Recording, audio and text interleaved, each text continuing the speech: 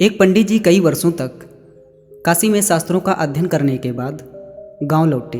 पूरे गांव में शोहरत हुई कि काशी से शिक्षित होकर आए हैं और धर्म से जुड़ी किसी भी पहेली को सुलझा सकते हैं। शोहरत सुनकर एक किसान उनके पास आया और उसने पूछ लिया, पंडित जी, आप हमें यह बताइए कि पाप का गुरु कौन है।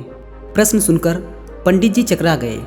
उन्होंने धर्म व आध्यात्मिक गुरु तो सुने थे, लेकिन पाप का भी गुरु होता है, यह उनकी समझ और ज्ञान से बाहर था।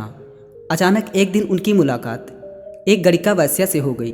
उसने पंडित जी से परेशानी का कारण पूछा तो उन्होंने अपनी समस्या बता दी।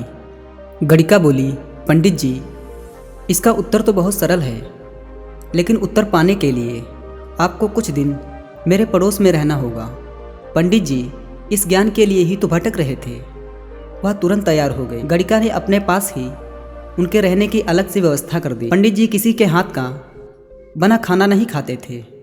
अपने नियम आचार और धर्म परंपरा के कट्टर अनुयायी थे। गड़िका के घर में रहकर अपने हाथ से खाना बनाते खाते कुछ दिन तो बड़े आराम से बीते, लेकिन सवाल का जवाब अभी तक नहीं मिला। वह उत्तर की प्रतीक्षा में रहे। एक दिन गड़िका बोली, पंडित जी, आपको भोजन पकाने में बड़ी तकलीफ होती है। यहाँ देखने वाला तो और कोई है नहीं।